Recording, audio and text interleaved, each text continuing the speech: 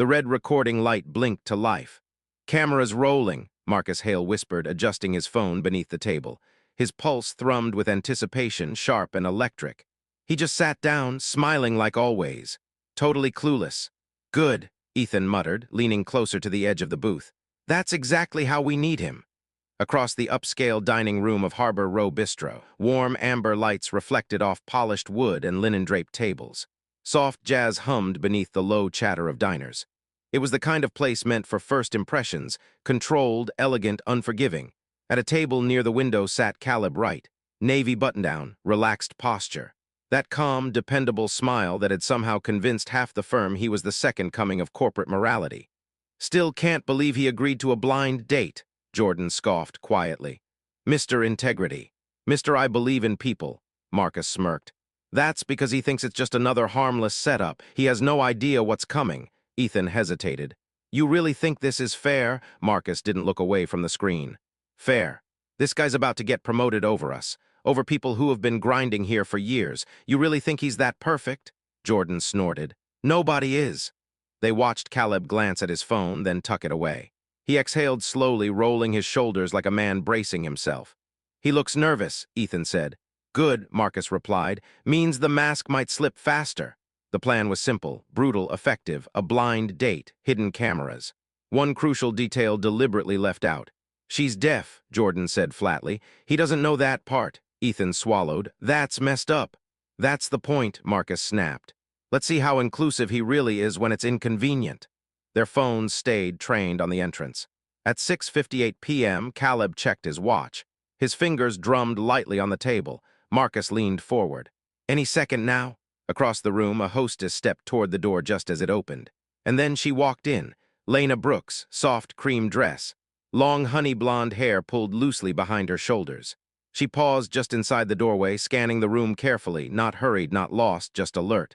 Her eyes moved differently, intentionally, reading lips, reading posture. Caleb stood instinctively. Marcus's breath hitched. "Here we go," the hostess spoke to Lena.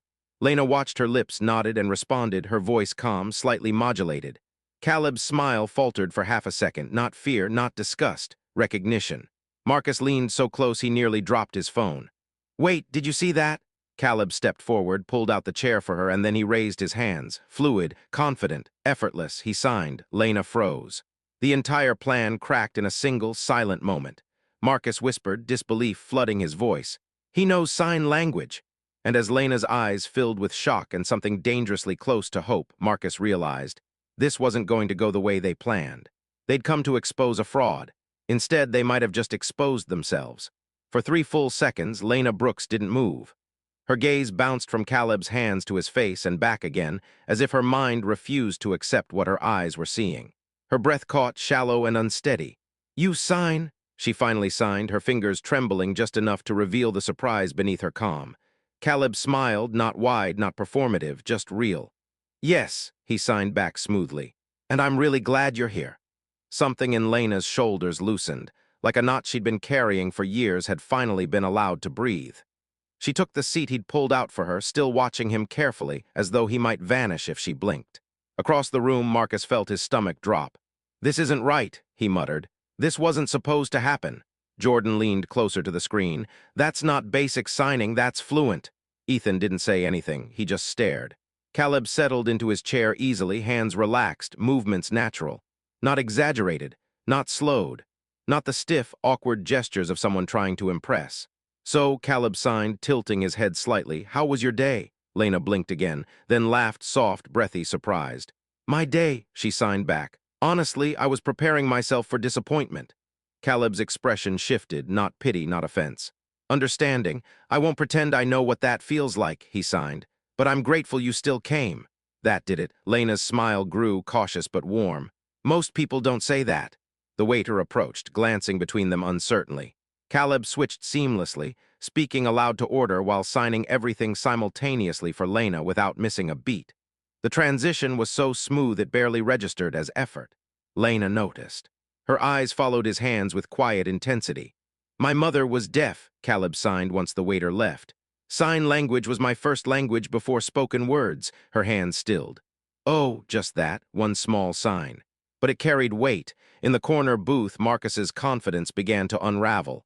"This has to be an act," he whispered. "He probably learned this years ago just in case something like this happened." Jordan frowned. "That doesn't make sense." "Everything about this doesn't make sense," Marcus snapped.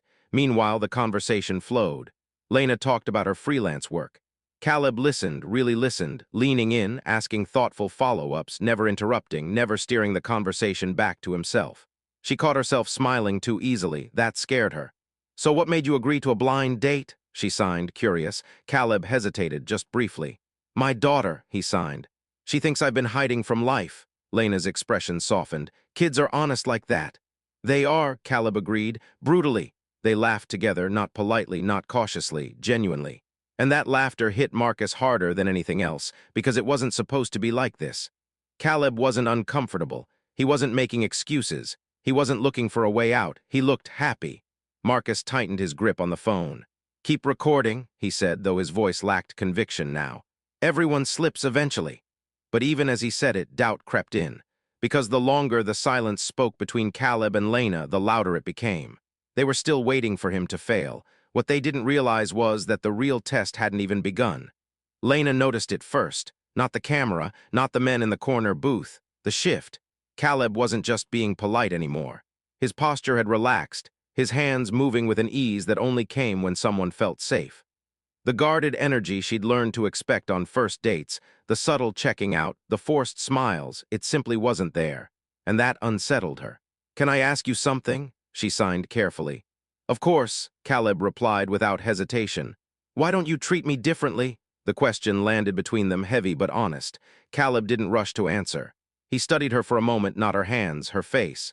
"Because you're not different," he signed finally. "You're just experiencing the world in a way I'm familiar with." Her throat tightened. "That's not how most people see it," Lena signed. "I know," he replied. "My mom used to say the world isn't built for everyone, but that doesn't mean everyone needs fixing." Across the room, Marcus shifted in his seat. "What are they even talking about?" Jordan muttered. Ethan zoomed in slightly. "He looks invested." "That's the problem," Marcus said. "He's supposed to crack." The waiter returned with their food. Caleb slid Lena's plate toward her, quietly pointing out the garnish, the sauce, the temperature, details most people forgot. Small things, thoughtful things. "You're very observant," Lena signed. Caleb smiled. "You have to be when you grow up watching people communicate without sound." She paused, then asked, "Was it hard?" He nodded once. "Sometimes. But it taught me how much people say without words." That resonated deeper than she expected. Lena had been on 16 blind dates in 3 years. 16 times she'd watched expressions change the moment men realized she was deaf. Some apologized and left. Others stayed out of obligation. A few spoke louder, slower, like volume could bridge ignorance. Caleb did none of that. "What do you do when you're not working?" she signed, needing to shift away from the heaviness rising in her chest. He laughed softly. "Parent poorly some days." Her eyebrows lifted. "You have a kid." "A 7-year-old daughter," he signed. "She's convinced the cat understands English but refuses to respond out of spite." Lena laughed, really laughed. That sound turned heads nearby. In the corner booth, Marcus's jaw tightened. "This is going nowhere," he hissed. "We need something real, something ugly." But ugly wasn't coming. Instead, Caleb spoke about learning to braid hair from online tutorials, about movie nights that turned into debates over animated villains, about how grief had rearranged his life without asking permission. "My wife passed away 4 years ago," he signed quietly. Lena's smile faded into something gentler. "I'm sorry," she signed. "Thank you," Caleb replied. "This is actually my first date since." That stopped her. Her hands hovered midair. "Then why me?" she signed softly. Caleb didn't look away, because tonight felt like choosing to live again. Lena felt her defenses crack. Across the room, Ethan swallowed. "Marcus, this doesn't feel right anymore." Marcus didn't respond. Because for the first time since the plan began, he wasn't watching a setup. He was watching something real, and real things don't break the way lies do. They were waiting for embarrassment, cruelty, rejection. Instead, something far more dangerous was happening: connection. The cameras were still recording, but now they felt irrelevant.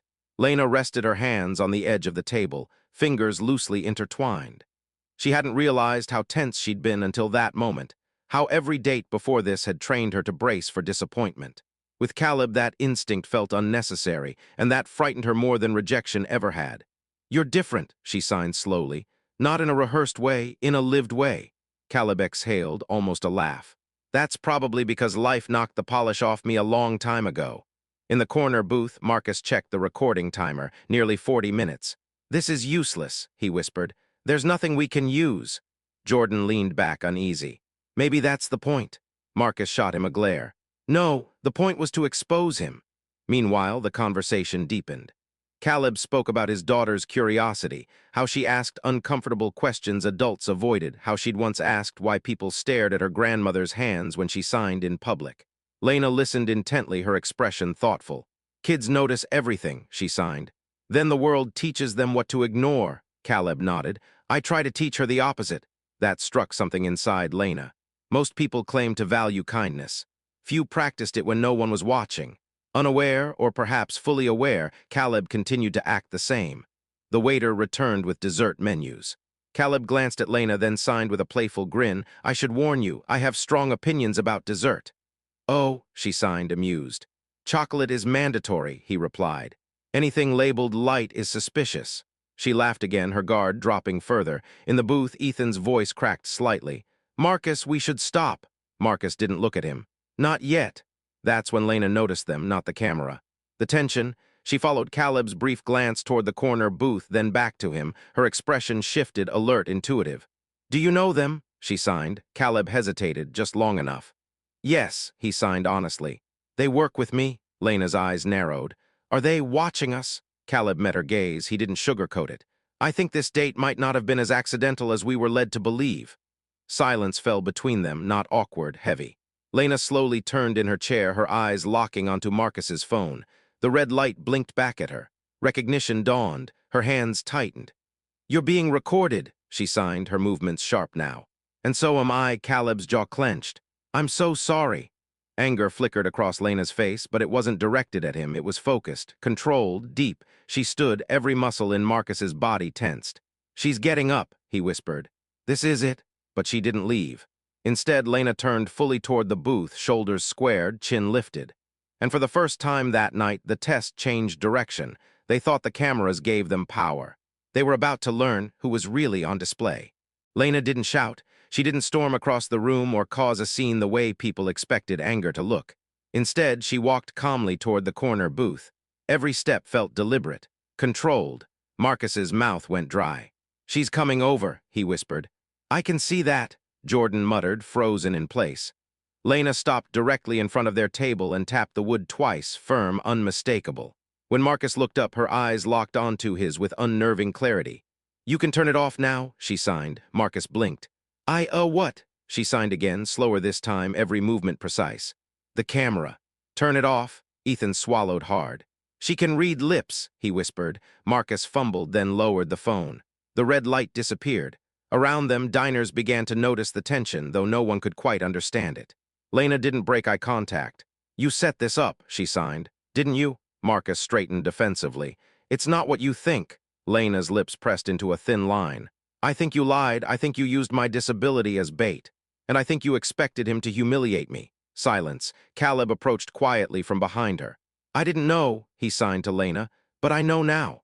She glanced back at him briefly, long enough to see the sincerity, then returned her focus to the men. How many times, she signed. How many people have you tested like this? Jordan looked down. Ethan couldn't meet her eyes. Marcus clenched his jaw. This was about work. About exposing fake behavior. Lena let out a sharp, humorless breath. You didn't expose anything, she signed. You revealed yourselves. That landed. Nearby, a woman at the next table watched closely. So did a waiter. So did a couple near the bar. The room had gone quiet in that way that only happens when something real is unfolding.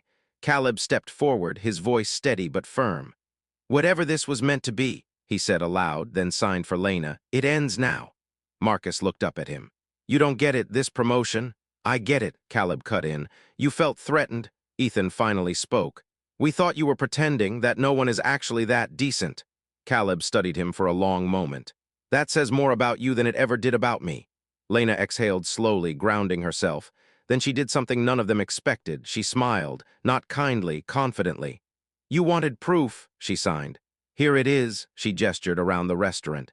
You recorded a man treating someone with respect when he thought no one important was watching. That's not a performance. That's character. Marcus felt something twist painfully in his chest. This wasn't exposure, it was indictment. Lena turned back to Caleb. I don't know what happens next, she signed. But I know this part was real, Caleb nodded. So do I. Behind them, the men sat frozen, no camera, no leverage, no victory. Just consequences. They thought the recording would destroy him. Instead, it became the moment everything changed. The walk back to the table felt longer than it should have. Lena sat first, hands resting in her lap, posture steady but guarded now. Caleb took his seat across from her, the warmth between them altered, not broken, just reshaped by truth. I'm sorry, he signed quietly. None of that should have touched you. Lena studied him for a moment, then she nodded. You didn't make it happen, she signed. You handled it. That mattered more than he realized. Around them, the restaurant slowly returned to motion. Cutlery clinked. Conversations resumed, though softer now, edged with curiosity. The moment had passed, but its echo lingered. Across the room, Marcus, Jordan, and Ethan sat in stunned silence. We crossed a line, Ethan muttered. Jordan nodded. We didn't just test him, we used her. Marcus said nothing. The plan had felt justified when it lived only in theory. Watching it collapse in real time was something else entirely. At the table, Caleb forced a small smile. We don't have to continue the date. Lena's eyebrows lifted. Is that what you want? He hesitated. I don't want you to feel pressured. She leaned forward slightly. Then don't pressure yourself to leave. Caleb exhaled, relief flickering across his face. Okay, he signed. Then let's finish dessert. They shared the chocolate cake, the earlier tension slowly melting into something quieter and more honest. The laughter returned, not as freely as before, but sturdier somehow, forged in truth. So, Lena signed, does your daughter know you're on a date tonight? Caleb chuckled. She thinks I'm meeting someone who might make me less boring, her words. Lena smiled. Kids are brutal. They're efficient, he corrected. When the check arrived, Caleb paid without ceremony. No grand gestures, no forced gallantry. At the corner booth, Marcus finally stood. We should go, he said hoarsely. Before they could leave, Caleb approached them. I won't report you, he said evenly, but what you did doesn't disappear. Marcus nodded stiffly. We know. You wanted to know who I really was, Caleb continued. Now you do. They left without another word. Outside, cool night air wrapped around Lena as she stepped onto the sidewalk. The streetlights reflected off wet pavement, the city humming softly around them. Caleb hesitated near the door. I understand if tonight changed things, he signed. Lena considered that. It did, she signed back. It showed me something. What? That kindness doesn't mean naive, and decency doesn't mean weak, she smiled. That's rare. Caleb felt something settle in his chest, something hopeful. Can I see you again? He asked, not assuming, not pressing. Lena didn't answer right away. Across the street, a bus passed. Somewhere, someone laughed. Life continued, indifferent to the weight of moments like this. Yes, she signed finally. I'd like that. Caleb's breath released, slow and steady.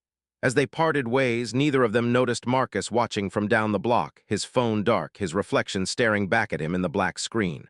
For the first time, he wondered who had really been exposed that night. The date had ended. But the consequences were only beginning. Monday mornings usually moved slowly. That one didn't. Caleb stepped into the glass-walled offices of Northbridge, consulting with a coffee in one hand and a familiar calm in his stride. But the air felt different, tight, watchful. Conversations lowered as he passed. Eyes followed. Someone new. At the break room, Marcus stood rigid beside the counter, knuckles white around an untouched mug. Jordan leaned against the wall, pale. Ethan stared at the floor like it might open and swallow him. Caleb stopped. We need to talk, Marcus said, voice rough. I know, Caleb replied evenly. They moved into a small conference room, the door clicking shut behind them. Silence stretched, thick and uncomfortable. Marcus broke first. We went to HR this morning, and the executive director. Caleb's brow lifted slightly. You confessed? Yes, Jordan said quickly. Everything, the setup, the cameras, the intent. Ethan finally looked up. We showed them the footage.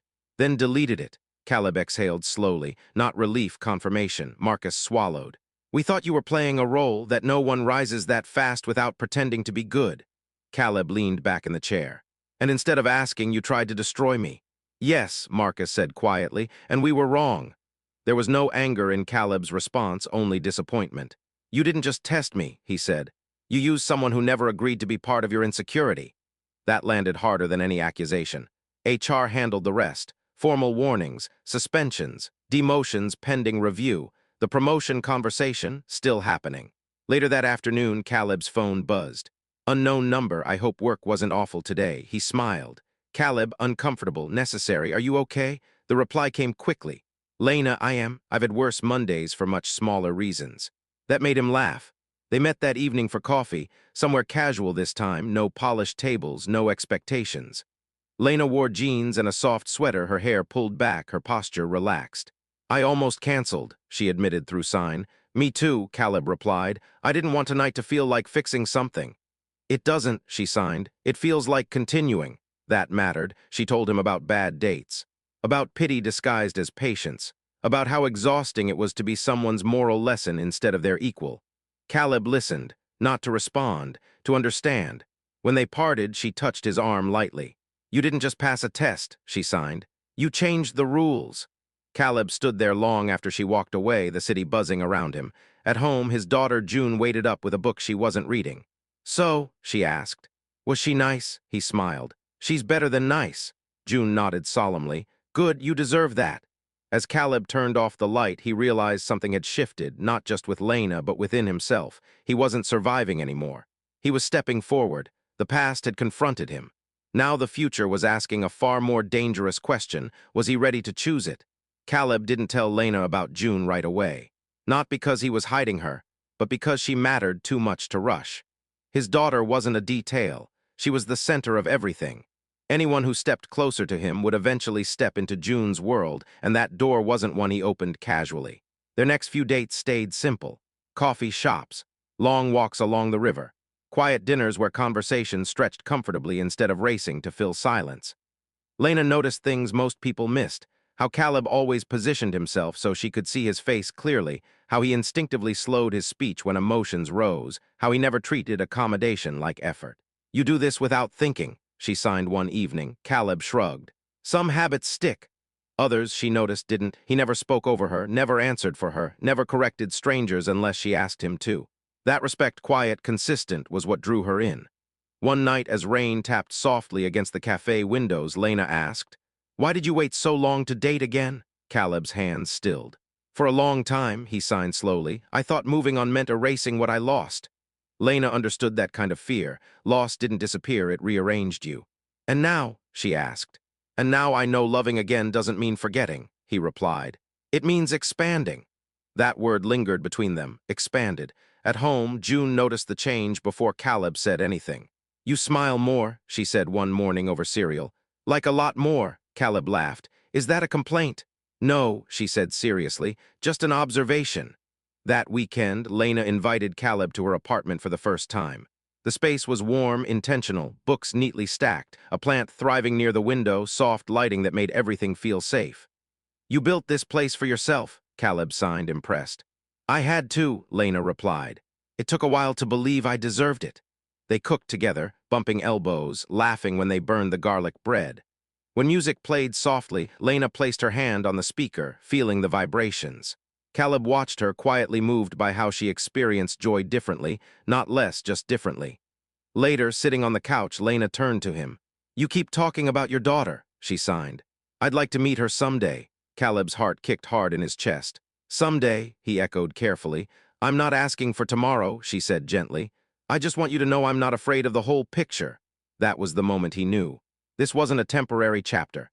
It was a direction. Across town, Marcus stared at his demotion letter, the weight of consequences finally settling in. For the first time, he wondered how many chances he'd wasted by assuming decency was fake. Meanwhile, Caleb lay awake that night, staring at the ceiling, Lena's words replaying in his mind. Not afraid of the whole picture. The next morning, he made a decision, one that couldn't be undone. Caleb was ready to open the door he'd kept closed the longest. The question was, what would happen when those two worlds finally met? Caleb practiced the words 3 times before saying them out loud. "June, there's someone I'd like you to meet." His daughter looked up from the kitchen table, purple marker smudged across her fingers, eyes instantly curious. "Like a friend?" she asked. "Yes," Caleb said carefully, "and someone important to me." June tilted her head, studying his face the way only children could, searching for the truth behind the tone. "Is she nice?" she asked. Caleb smiled. "Very, and does she know about me?" "She does, she wants to meet you." June considered that seriously, then nodded once. "Okay." That was it. No drama, no fear. Kids didn't complicate things, adults did. Saturday afternoon arrived bright and nervous. Caleb cleaned the house twice. June changed outfits 3 times before settling on her favorite blue shirt with tiny stars. The cat was bribed with treats to behave. When the doorbell rang, June bolted for it. "Wait!" Caleb started, but it was too late. Lena stood on the porch, holding a small bag, sunlight catching in her hair. She knelt instantly to June's level, her smile open and genuine. June froze, then slowly, deliberately, she raised her hands and signed, clumsy but determined. "Hello, nice to meet you." Lena's breath caught, her eyes filled instantly. She signed back gently, "Hi, June." "I'm very happy to meet you." Caleb felt his throat tight. June beamed. "Daddy taught me some signs. I can tell," Lena signed. "You did great." Inside, the afternoon unfolded easily. June showed Lena her drawings, her rock collection, her science book about volcanoes. Lena listened like it was the most fascinating thing in the world. "You like volcanoes?" Lena signed. June nodded enthusiastically. "They're powerful, but they also make new land." Lena glanced at Caleb, something unspoken passing between them. In the kitchen, June insisted on teaching Lena the signs she knew, mixing them up hilariously. When she accidentally signed cheese instead of friend, all 3 of them dissolved into laughter. Later, when June went to wash her hands, Lena turned to Caleb. "She's incredible," she signed. "You're doing something very right." Caleb swallowed. "Some days it feels like I'm barely holding it together." Lena shook her head. "She feels safe. That doesn't happen by accident." When June returned, she climbed onto the couch between them and leaned against Lena without hesitation. Caleb watched it happen, this small, unguarded act of trust. Something inside him shifted. This wasn't hope anymore. It was foundation. As Lena prepared to leave, June hugged her tightly. "You can come again," June said matter-of-factly. Lena smiled. "I'd like that very much." That night, after June fell asleep, Caleb stood in her doorway, watching her breathe evenly. For the first time in years, he wasn't afraid of the future. He was ready for it. The introduction had gone better than he'd dared to hope. What he didn't know was how deeply this choice was about to change all their lives. Caleb didn't expect the email. The subject line alone tightened his chest. "Executive review, immediate meeting," requested. He stared at it longer than necessary before opening it. Promotions never came quietly, but neither did consequences. Experience had taught him that when the past resurfaced, it rarely announced its intentions clearly. At the office, the executive director didn't waste time. "We reviewed everything," she said, fingers folded neatly on the desk. "The incident, the footage, the confession." Caleb nodded steady. "You handled yourself with professionalism," she continued. "But I need to ask, are you prepared for the visibility this role brings?" That was the real question. Visibility meant scrutiny. Public perception, expectations. It meant the past wouldn't stay buried. "Yes," Caleb said after a moment. "I am." She studied him. "Then congratulations, the position is yours." Relief washed through him, not for the title, but for what it represented. Integrity had held.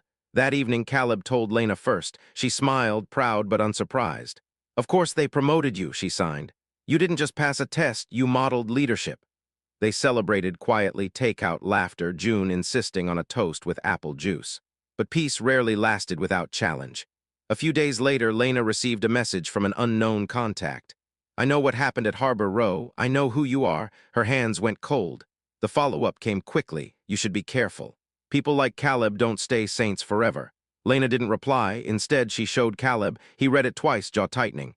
"This stops now," he said. They reported it, blocked the sender. Still, the seed had been planted. That night, Lena lay awake, staring at the ceiling, old fears resurfacing. The ones that whispered she was a complication, a liability, something that could be used against the people she loved. Caleb sensed the distance immediately. "You're quiet," he signed. "I don't want to be the reason your life gets harder," she signed back honestly. He took her hands gently. "You don't make my life harder," he signed. "You make it fuller." She searched his face for doubt. There was none. Across town, Marcus sat alone in his apartment, the consequences of his choices echoing louder than he'd expected. For the first time, he typed an apology he didn't send, to Lena. Because he wasn't sure forgiveness was his to ask for. Weeks passed. The noise faded. What remained was something stronger than fear. Routine, laughter, shared breakfasts, homework at the kitchen table, sign language lessons that left June giggling. Life didn't become perfect, it became honest. And honest, Caleb realized, was better. One evening, as they cleaned up after dinner, June looked between them. "Are you two a family now?" she asked simply. Caleb and Lena exchanged a glance. Not yet, but closer than ever. The past had made its last threat. Now the future was waiting for a choice that would make it permanent. The question stayed with Caleb longer than he expected. Are you two a family now? June had asked it so simply, without pressure or fear, as if families were things you chose by telling the truth out loud.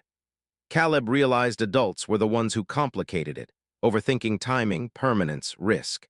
Lena didn't bring it up again. She didn't need to. Her presence spoke louder than any conversation.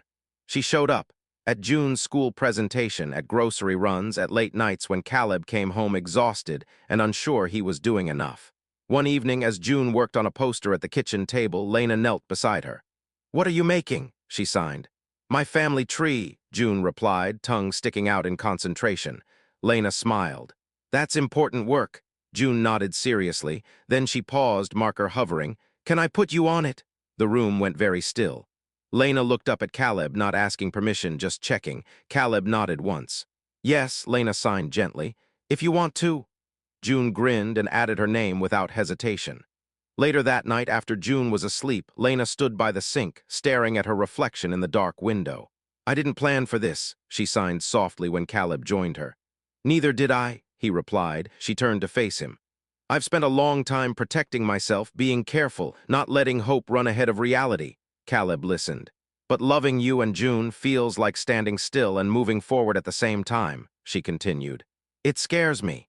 "It scares me too," Caleb admitted, "but I don't want to keep living like fear is the decision maker." Silence settled between them. Not heavy, grounded, Lena took a breath.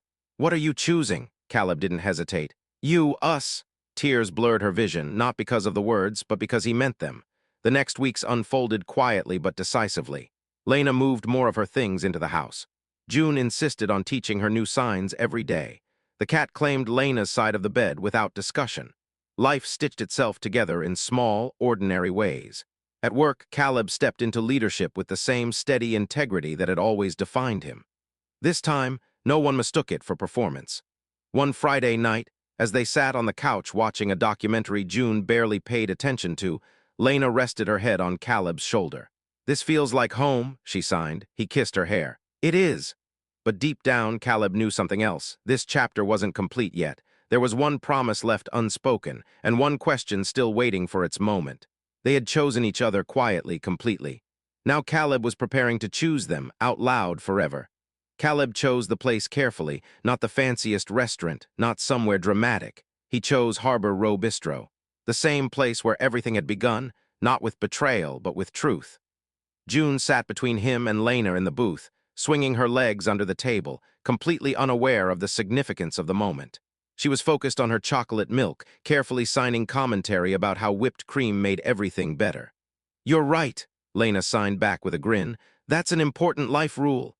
Caleb watched them, heart tight in the best way.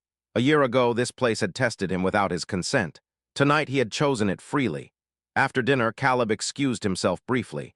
When he returned, his hands were shaking just slightly. June noticed immediately. "Daddy," she whispered, "are you nervous?" "Yes," he admitted softly. That made her smile. "That means it's important." Caleb took a breath and knelt beside the table, lowering himself to Lena's level. The restaurant around them seemed to fade, the clink of dishes, the murmur of voices, until there was only the three of them. June's eyes widened. Lena froze. Caleb raised his hands. "I didn't plan to fall in love again," he signed, his movement steady despite the emotion in his chest. "I thought my life would stay small so it wouldn't hurt as much." Lena's eyes shimmered. "But you walked into my life and reminded me that small isn't safe, it's just lonely," he continued. "You didn't just love me, you chose June, you chose the hard parts." "The real parts?" He opened a small box, the ring catching the warm light. "I'm not asking you to complete us," he signed. "We already are whole. I'm asking you to walk with us every day. As our family." June raised her hands eagerly, signing the words she'd practiced for weeks. "Will you be my mom?" Lena broke. Tears spilled freely as she laughed and cried at the same time, hands trembling as she signed back. "Yes, yes. 1,000 times yes." Applause erupted around them. Someone wiped their eyes. Someone else laughed through tears. Caleb slipped the ring onto Lena's finger, then pulled both of them into his arms, his heart finally at rest. Later that night, walking home beneath streetlights, June held both their hands. "We're really a family now," she said, satisfied. "Yes," Caleb replied, "we really are." Lena squeezed his hand, warmth spreading through her chest. At home, after June fell asleep clutching the stuffed volcano Lena had given her months ago, Caleb stood in the doorway and watched his daughter breathe evenly. A year ago, he had survived. Tonight, he had built something that would last. Their story had come full circle. But love, when chosen bravely, never truly ends. It begins again. Life didn't slow down after the engagement. If anything, it sped up. There were schedules to juggle, forms to sign, meetings to attend. Lena's freelance work expanded, bringing new clients and new confidence. Caleb settled deeper into his leadership role, learning that being visible didn't mean being hardened. It meant being consistent. And June thrived. She took her role as practice helper very seriously, correcting Lena's signs with dramatic authority and insisting Caleb learn new ones every week so he wouldn't fall behind. Their evenings filled with homework debates, half-burnt dinners, and laughter that came easily. One afternoon, Lena stood in a bridal shop, surrounded by soft white fabric and mirrors that reflected a future she hadn't dared imagine a year earlier. She turned slowly, watching the dress move with her. It wasn't extravagant. It was right, her phone buzzed. Caleb, June wants to know if your dress has sparkles. She says this is non-negotiable. Lena smiled and typed back. Lena, tell her there are subtle sparkles, very responsible sparkles. The reply came instantly. Caleb, she approves. Also, I miss you. Lena pressed the phone to her chest for a moment, grounding herself in gratitude. That night, they sat on the couch, wedding brochures spread across the table. June pointed decisively at pictures. I want flowers everywhere, she announced, and chocolate cake, not the fancy kind. Agreed, Lena signed. Chocolate is serious business. Caleb watched them, a quiet awe settling over him. This wasn't a fairy tale, it was better. It was built brick by brick with honesty and patience. Not everyone from the past disappeared quietly. One evening, Caleb received an email from Marcus. I don't expect forgiveness. I just needed to say I'm sorry for what I did to you and especially to Lena. I'm trying to be better. Caleb read it twice before replying. Accountability matters. I hope you keep choosing it. He didn't share the message with Lena, not because it was a secret, but because it no longer defined them. The past had lost its power. Weeks later, as the wedding date approached, Lena found herself standing alone in the kitchen late at night, nerves creeping in. What if I fail them? She signed quietly when Caleb joined her. You won't, he replied without hesitation. And if I do, then we learn, he signed, together. That was the difference. No pedestal, no perfection, just commitment. As they turned off the lights and headed upstairs, June called sleepily from her room, Don't forget, we're a team. Caleb smiled in the dark. Yes, he said softly, we are. They were building something real day by day. But the truest test of love was still waiting, just beyond the vows. The morning of the wedding arrived quietly. No chaos, no rushing panic, just sunlight slipping through the curtains and the soft hum of a house that finally felt complete. June sat cross-legged on her bed, wearing a navy blue dress with tiny silver stars, practicing her signs in the mirror with fierce concentration. Slow, she muttered to herself. Clear hands. No messing up. Caleb watched from the doorway, his chest tight with emotion. You're going to do great, he said gently. She nodded seriously. This is important. It was. Downstairs, Lena stood in front of the hallway mirror, smoothing the simple ivory fabric of her dress. The lace sleeves caught the light just enough. Subtle sparkles, exactly as promised. Her hands trembled not with doubt but with the weight of how far she'd come. Caleb's sister helped pin her hair, stepping back with a smile. You look peaceful, she said. Lena smiled back. Peace was the right word. The ceremony took place in a small garden behind the community center. Nothing extravagant, just flowers, wooden chairs, and people who truly mattered. When the music began, June stepped forward first, hands moving carefully as she signed the opening words she'd practiced all week. Welcome, she signed, voice quiet but steady. Today we celebrate family. There wasn't a dry eye left. When Lena walked down the aisle, Caleb forgot to breathe. Not because she was beautiful, though she was, but because she was choosing him again openly in front of the world. They faced each other, hands already reaching. The officiant spoke briefly, then stepped aside. This part, she said, smiling, belongs to you. Caleb raised his hands. Lena, he signed, his voice catching, I promise to listen not just with my ears but with my heart. I promise to protect what we build without trying to control it. I promise to choose you on easy days and hard ones. Lena's hands trembled as she replied. Caleb, she signed, I promise to trust what we have, to show up fully even when fear tells me to hide. I promise to love June as fiercely as I love you and to build a home where kindness is never conditional. June stood between them, eyes shining. The rings were exchanged. Applause followed, but the moment that stayed with everyone came next. June lifted her hands one last time. "You may kiss my parents," she signed proudly. Laughter and tears blended as Caleb kissed Lena, soft, certain, real. Later, at the small reception, people didn't talk about how beautiful the ceremony was. They talked about how true it felt. As night settled in and the guests began to leave, Caleb, Lena, and June stood together beneath string lights, fingers intertwined. "We did it," June said sleepily. "Yes," Lena signed softly. "We did." Caleb looked at both of them and knew this wasn't the end of the story, it was the foundation. They had spoken their vows. Now life would test whether they could live them, every ordinary day that followed. Happiness didn't arrive all at once. It settled in quietly. In morning routines where June argued about socks. In late-night dishes washed side by side. In half-finished conversations that didn't need endings because they'd continue tomorrow. Caleb learned that love wasn't the dramatic moment of choosing, it was the steady act of staying. Lena learned that safety didn't mean isolation. It meant being seen and still welcomed. One evening, months after the wedding, they returned to Harbor Row Bistro, not to relive the past, but to honor how far they'd come. They sat at the same table by the window. No cameras, no tests. Just warmth. June signed confidently now, barely needing correction. "This place is where everything started," she said proudly. Caleb smiled. "It is." Lena squeezed his hand. "But it's not where it ends." At work, Caleb continued leading with the same integrity that had once been questioned. The promotion became just another part of life, not a trophy, not proof. The people who mattered no longer needed convincing. Marcus kept his distance. Sometimes growth looked like knowing when not to intrude.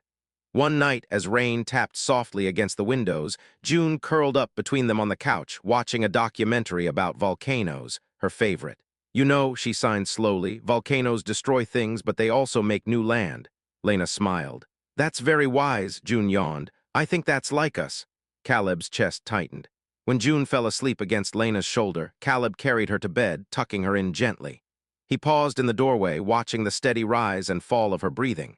A year ago, fear had shaped his decisions. Now love did. Back in the living room, Lena leaned against him. "Do you ever think about that first night?" she signed. "Yes," he admitted, "but not with anger." "Me neither," she replied. "It showed me something important." "What?" "That kindness doesn't need an audience, it shows up anyway." Caleb kissed her forehead. "So does love." Outside, the world continued with all its noise, judgment, cruelty, misunderstandings. But inside their home, there was calm. A family built not on perfection, but on choice, on respect, on courage.